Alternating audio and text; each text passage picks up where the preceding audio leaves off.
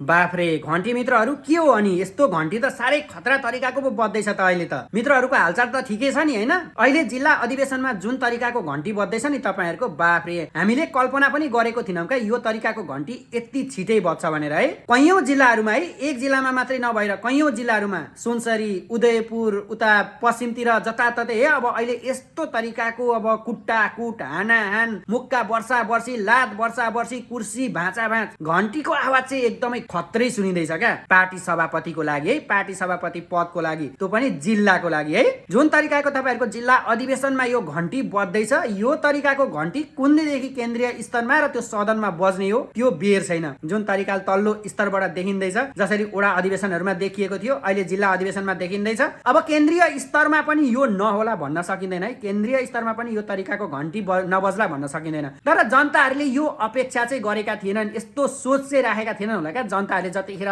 चुपचाप घन्टी छाप भन्दै घन्टीमा छाप हानेका थिए जनताहरूले, त्यतिखेर उनीहरूले यो सोचेका थिएनन् होला यति छिटै घन्टीले यो रूप देखाउँछ, घन्टीमा यति छिटै यस्तो विभाजन आउँछ, घन्टीमा यो विभाजन भएर यस्तो फुटको राजनीति चल्छ र जिल्ला अधिवेशन वडा अधिवेशनमा यस्तो कुटाकुट हुन्छ, मारामार हुन्छ, कुर्सी भाँचाभाँच हुन्छ भनेर चाहिँ यो भोट लाउने जनताहरूले चाहिँ कल्पना गरेका थिएनन् होला है। अब जुन तरिकाको अहिले घन्टी बजिरहेको देखिँदैछ विभिन्न जिल्लाहरूमा, जुन तरिकाको आक्रोशहरू, जुन तरिकाको विभेदहरू, विमतिहरू देखिँदैछ हैन। अब त्यही भएर त होला नि हैन, विमति भएर नै त यसरी मुक्कामुक्की भएको होला, हानाहान परेको होला, कुर्सी फोडाफोड भएको होला हैन। अब धेरै ठाउँमा त्यस्तो भइरहेको छ। अहिले किन यस्तो भइरहेको छ अब तपाईहरु आफैले विचार गर्नु होला। तपाईहरुको पार्टी पंक्तिभित्र के भइरहेको छ? अब तपाईहरुको सरकार गठन भएको धेरै भएको छैन हैन, यत्रो 2/3 बराबरको बहुमत लिएर माथि सरकारमा पुग्नु भएको छ। तर तल्लो स्तरमा जुन तरिकाको अधिवेशनमा तपाईहरुको देखिँदैछ हैन हालत, यसले चाहिँ राम्रो संकेत देखाइरहेको छैन। केन्द्रीय स्तरमा यस्तो नहोस्। तपाईहरुको पार्टीले यो देशलाई, यो सरकारको यो सत्तालाई 25-30 वर्षसम्म चलाओस् भन्ने हाम्रो शुभकामना हो।